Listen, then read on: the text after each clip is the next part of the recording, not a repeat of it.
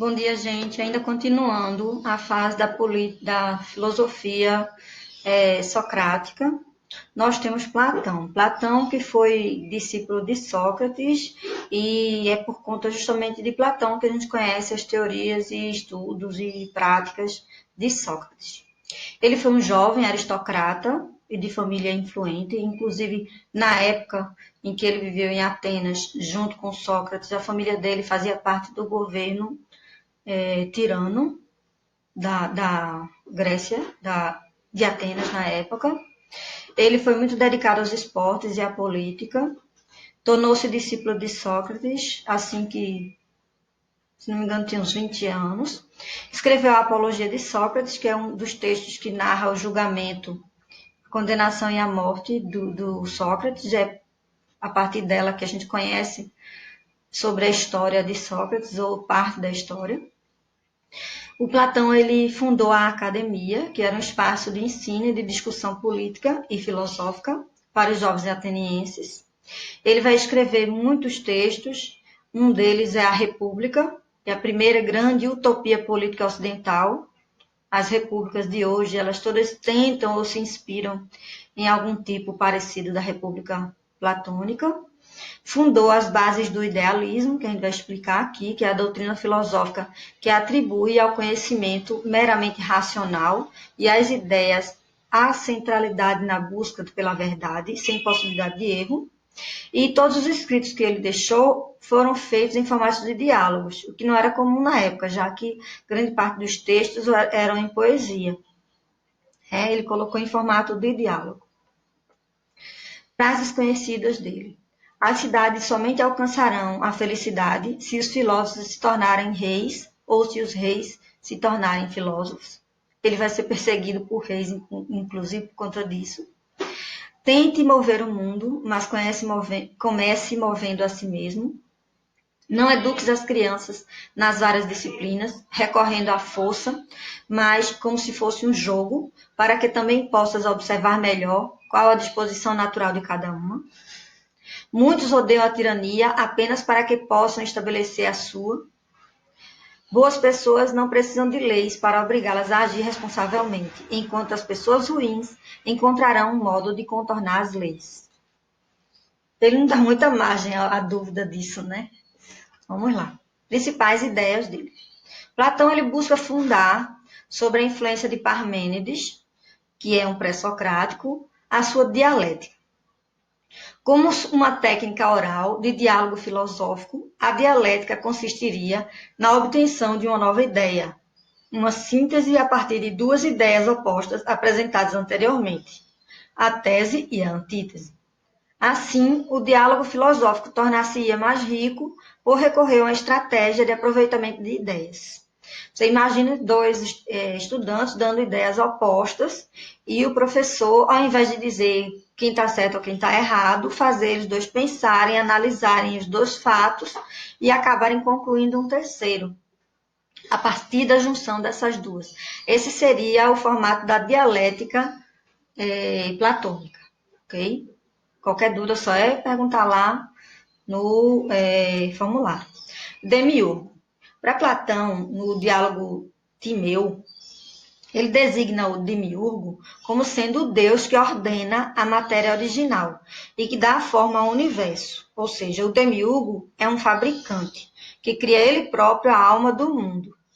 Ao passo que os deuses inferiores, que também ele criou, se encarregam da criação dos entes mortais. Então, o Demiurgo seria a origem, seria esse Deus originário que não tem a ver com o bem ou o mal, mas com o próprio surgimento de tudo. O idealismo. A noção de idealismo pode ser considerada como a mais influente de Platão para a posteridade e a mais importante dentro de sua obra, pois o filósofo criou nas ideias e nos conceitos das coisas a verdadeira essência e o verdadeiro conhecimento possível. Segundo Platão, todo conhecimento, toda verdade, todas as relações de todos os seres existiriam verdadeira e imutavelmente em sua forma ideal, que seria suprema e verdadeira. Aquilo que conhecemos por meio dos nossos sentidos corpóreos, ver, ouvir, sentir na pele, o toque, né? O paladar, etc. Aquilo que conhecemos pelos sentidos corpóreos seriam apenas ilusões, causadas por nossos órgãos. Portanto, seria um conhecimento inferior e enganoso. O conhecimento ideal estaria, segundo o filósofo grego, no mundo das ideias, que seria uma instância metafísica racional, que só poderia ser alcançada pelo nosso intelecto. O idealismo circunda tanto aspectos metafísicos da obra de Platão, como os aspectos epistemológicos. Ou seja, esse mundo das ideias, ele contém todo o mundo que a gente vive, mas que de forma perfeita. Todo mundo que a gente vive é uma cópia do que existe no mundo das ideias.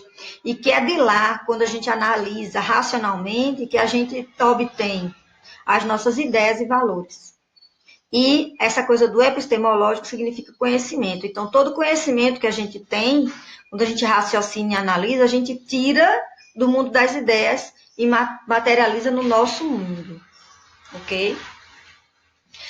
Com relação a esse tema, a gente colocou um quadrinho, que é de Maurício de Souza, é o quadrinho do Piteco, para vocês darem uma lida. Ele é curtinho, deem uma lida e depois voltem para entender melhor essa questão do idealismo, ok? Ele é baseado no mito, na alegoria da caverna, que foi criada também por Platão e que está num dos livros dele, ele explica sobre isso. Mas aí esse quadrinho, ele simplifica muito a ideia. Sobre política. Platão concebeu uma teoria política baseada em sua teoria idealista. Segundo o filósofo, existiam 3 tipos de caráter que moldam a alma das pessoas. E ele percebe isso a partir do raciocínio que ele tem e que ele acredita que veio do mundo das ideias. Okay? Existe o caráter concupiscível, que é o tipo de alma em que há a prevalência dos desejos e das paixões mais animais. Esse caráter mais impulsivo estaria localizado principalmente na região abdominal das pessoas. No modelo político ideal de Platão, seria um bom atributo para os artesãos e trabalhadores, em geral, pois eles poderiam, em suas condições de trabalho autônomas, exercer sua liberdade sem ficarem submetidos às grandes responsabilidades. Então, quem tem esse tipo de caráter é o trabalhador. O caráter irascível.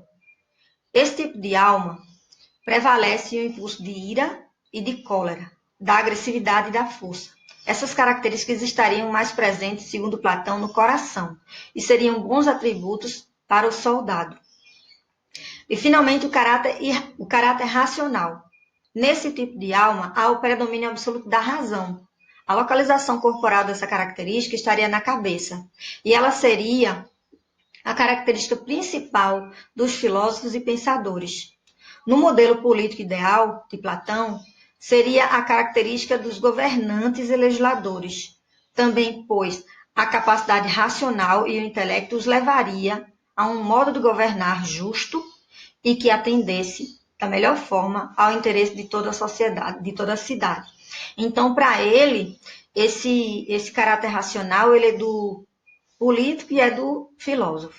Né? E aí, para ele, o ideal é que o político seja filósofo ou o filósofo seja um político, na análise relacionada aí ao tema.